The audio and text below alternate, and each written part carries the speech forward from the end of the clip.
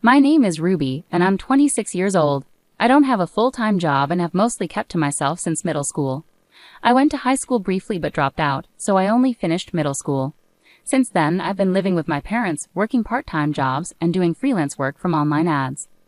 I have an older brother named James who is 3 years older than me. He's very different from me. He's good at sports, has lots of friends, and is outgoing. James never wanted his friends to know about me. He never brought them home, and if we bumped into each other and his friends in public, he would ignore me. I accepted this and saw it as someone else's problem. Once James went to college and moved out, I stopped worrying about it.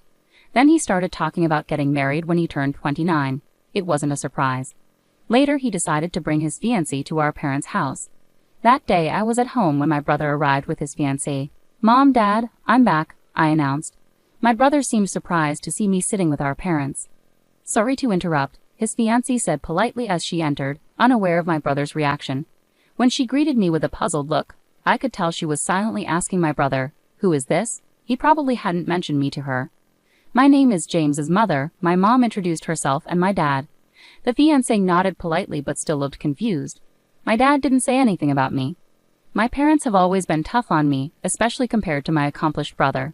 When we were young, they used to say things like, "Your brother can do it, why can't you?" But things changed as we got older. Eventually, they even started calling me a burden. It seemed like they planned to ignore me during this meeting too. "I'll go get some more drinks," my mom said as she got up. She whispered in my ear, "Why are you here? Go back to your room." I had come to this gathering hoping to connect with my family in my own way, but it seemed to be going wrong. Despite that, I couldn't just leave, so I stayed where I was. My brother's fiancée introduced herself as Emma. She was my age, 26, and very beautiful and elegant. She gave off a vibe that made me feel like I shouldn't talk to her casually. My brother seemed irritated. He probably didn't want me there. He introduced Emma to our parents, but he completely ignored me. I felt invisible. After discussing their upcoming wedding, the conversation turned to lighter topics. However, my brother continued to act as if I didn't exist. Then James asked, "So, Ruby, what do you do these days?" Before I could reply, my brother cut in. "Never mind, Emma, you don't need to talk to her," he said firmly. Emma looked visibly surprised. "Oh, okay," my mom quickly added. "Don't worry about it." "Yeah, don't worry. She's just a distant relative," my dad remarked, and that was the final straw for me. A stranger, huh? I thought. It seemed like reconciliation was never an option from the beginning. The meeting ended as if my presence didn't matter. Whether I was there or not, my brother and Emma soon got married and started building their own house to live in. My brother works at a well-known company and has a good income despite still being in his 20s. Emma decided to be a stay-at-home wife and quit her job. When my brother's house was finished, we received an invitation to their housewarming party. It was going to be a small gathering with Emma's relatives and my brother's bosses. My mom fretted, "Oh, it's done already. Time flies. We need to pick out a nice housewarming gift." My dad shrugged and said, "We're family, it doesn't have to be anything fancy," as he casually set aside the invitation. Only my parents' names were on the invitation, mine was missing. My mom seemed to notice but still asked, "Ruby will be coming too, right?" I wasn't sure what to make of it. They hadn't exactly introduced me well at the last gathering.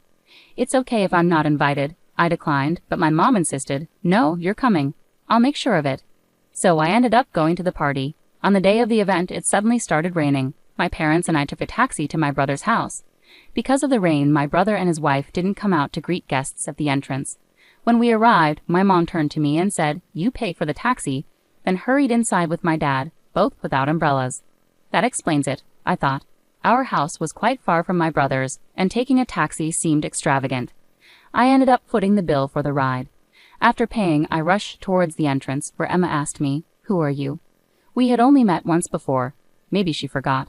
Assuming so, I introduced myself again. "I'm Ruby, James's sister," I replied, trying to introduce myself. But Emma smiled and said casually, "Oh, the high school dropout, interesting." We didn't invite the freeloader living off their parents.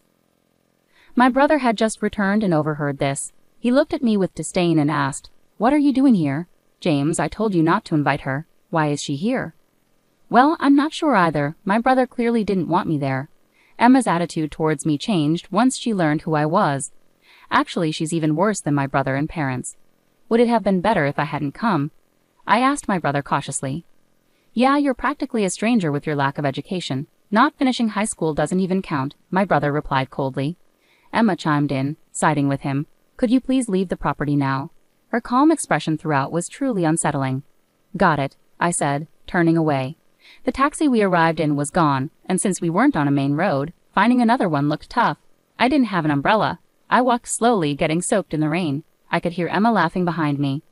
Eventually, I made it back home. My parents returned looking happy. They saw my wet face and asked, "Why did you leave suddenly? Couldn't you call a taxi to get back? You're so useless," my mom complained, like it was expected. "Sorry, I suddenly felt sick," I lied to cover up. "You left on your own over that? You're hopeless. Don't forget to give them the gift later. You're an adult," my dad scolded me. I had prepared a gift for the party but brought it back without giving it. I wanted to send it by mail, but I didn't have the address. I could ask my parents, but things felt awkward, so I decided to contact my brother instead. "I want to send a gift. Can you tell me the address?" That's all I asked my brother. His reply, "I don't give my address to strangers, okay?" I sighed deeply. Is it really amusing for him to assert dominance over me in private, not just embarrass me in front of others? It was baffling. Maybe Emma was there too, typing away and laughing at the situation. Either way, it was absurd. I gave up on sending a gift to congratulate my brother and his wife on their housewarming party. Instead, I decided to leave home. I realized I couldn't connect with my family anymore, so I chose to live independently. Despite only having part-time work, I had some savings. With that, I managed to rent a room and live on my own. It wasn't much, so I decided to try streaming videos in my spare time. I already enjoyed watching streams as a hobby and was good at spotting trends among popular streamers and finding ways to increase views. When I started streaming, I began earning tens of thousands of dollars each month. As my income grew, it covered all my living expenses. With the money I didn't need for daily life, I started investing, and those investments turned out successful. Encouraged by this, I ventured into running a small business importing and selling goods. I kept busy and felt fulfilled every day. I didn't have a family complaining about me spending too much time on the computer. A few months later, I received a call from my parents, who hadn't contacted me since I left home. "We need you to help James financially," they said. "Why?" I asked, genuinely curious. I wondered what had happened to my brother, who had just built a new house. Slowly, my parents began to explain the situation. "Apparently, after moving into his new house, your brother started hosting frequent parties and interacting with various people, bosses, executives, clients, and Emma's friends. During one of these gatherings, someone proposed an investment opportunity and your brother trusted them. He ended up losing a large amount of money, drawn in by the promise of quick, high returns." I was stunned. My brother had a stable job, so it seemed like such a big mistake could have been avoided if he had just focused on his work. "Who recommended this investment? Could it be a scam?" I asked. "No, it's not. It was suggested by one of Emma's friends," my parents replied, placing full trust in Emma. "How much money do you need?" I asked, shocked by the amount. It was far more than an ordinary company employee could easily lend. Is that really how much my brother needs to borrow? I hesitantly questioned my parents, fearing the answer I knew was coming. We were also approached with the same investment opportunity. My parents hesitated before admitting. "I can't come up with that much money easily, I'm sorry." I tried to end the call, but they insisted, saying, "We're your family, help us in times like these." "Family? It's too late for that. I'm busy, and I'm practically a stranger to you now, right?" With that, I hung up. Later, somehow they found out and showed up with my brother's family at the office of my company. I was in a meeting at the time. My secretary informed me, "There are guests here for you, Mr. President." "I don't have any other appointments scheduled." "Who are they?" I felt uneasy. I apologized to my business partner and briefly excused myself. When I reached the reception area, I saw my pregnant sister-in-law Emma, my brother, and my parents. "You're running a company, huh? It's much smaller than where I work," my brother smirked, glancing around my office. "Who are you?" I asked bluntly, pretending not to recognize them. "What's with the attitude?" my brother shouted, losing his temper. My mother stepped in and explained, "We discussed this before, but we really need your help. You're successful with your company, so you can support us, right?" She asked for money shamelessly, as if it were the most natural thing in the world. "Yeah, it's a critical time for our family. Emma is pregnant, and the baby's health isn't good, so we need to see a good doctor. Please, Ruby," my father and Emma added, making it sound like it was my responsibility to solve everyone's financial problems. Employees passing by the reception area glanced over with concern. Wanting to end the situation quickly, I said firmly, "Please leave. You're causing a disturbance." My brother erupted in anger again. "What? We're a disturbance? We came all this way and that's how you talk to your family," he yelled. The employees stopped to listen, facing them. My brother started causing a scene. "Do you all know she dropped out of middle school? She was a recluse, no good. He seemed determined to humiliate me into giving him money. However, the employees responded in a way my brother didn't anticipate. We know. Everyone is aware of the president's background, including me. The president hires many people from similar situations. Is there an issue? One of my employees responded calmly. My brother, who usually socializes only with highly educated and wealthy individuals, seemed taken aback and stumbled over his words. Well, my father began. What a sorry excuse for a company, just a gathering of misfits. My brother joined in. Exactly. Companies that do business with a place like this can't be any good either, he shouted loudly. At that moment, the president of the company I was meeting with stepped out of the reception room, having heard the commotion. My brother's expression turned blank, then pale as he faced the man. The president approached him directly. What's the matter, James? Emma asked my brother. Idiot, don't say my name, my brother whispered urgently to Emma, but it was too late. James? Oh, it's you, the company president said as he walked up to my brother. You are the guy who manages the division at Mr. Long's company, right? We greatly appreciate your company's services. It turned out that his company was also a client of my brother's business. My brother was visibly sweating, his face flushed with embarrassment. Well, I suppose we're not that memorable since we're not a big company, my brother faltered when the president turned his own words against him. He visibly froze. Sensing the tension, my father, mother, and Emma fell silent. Ignoring them, I apologized to the president again, determined to defuse the situation. I'm sorry for taking up your valuable time. I'll ask them to leave. Oh, are you sure? I have time today, so I don't mind waiting. Your family is important, the president offered. No, they're not my family, I asserted, glancing at my parents' and brother's family. They're complete strangers. Following that, my parents' and brother's family were escorted out of the company.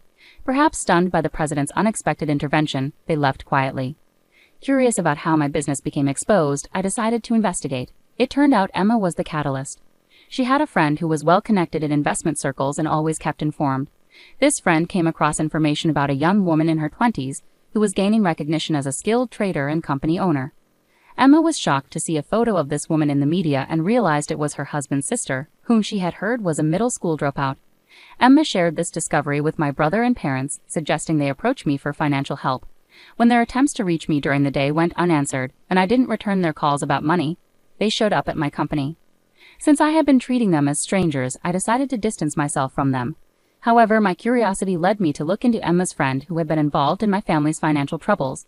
To my surprise, that friend turned out to be Emma's ex-boyfriend, and it appeared they were still connected in some way. The situation with Emma turned out to be even more shocking. The child she was carrying wasn't my brother's but actually belonged to the investor she had been involved with. No way! My brother was devastated, understandably so, as everything had been based on lies. It became apparent that she had been manipulating several men for money under the guidance of her ex-boyfriend. Naturally, my brother and Emma divorced, and both of them are now in police custody. Unfortunately, the money lost in the investment won't be recovered anytime soon. Following the incident at my company, my brother's career took a downturn. Despite being in his 20s, he was moved to a less prominent department and eventually resigned, likely frustrated by the financial troubles and personal turmoil. As for my father, he faced repercussions after the president witnessed him losing his temper with a subcontractor at work. An investigation into his behavior led to his termination. It came to light that he had a history of belittling those without higher education, similar to how he used to treat me. So both my brother and father ended up losing their jobs. Despite their decreased income, the former family still tries to contact me, suggesting we live together again. With everything that happened, we're still family, right? They try different tactics to cling to me, but my response remains consistent. I don't know you. You're complete strangers to me. I have no intention of giving any other response in the future. I've made sure they can't enter my company's building anymore, so they can't force their way in.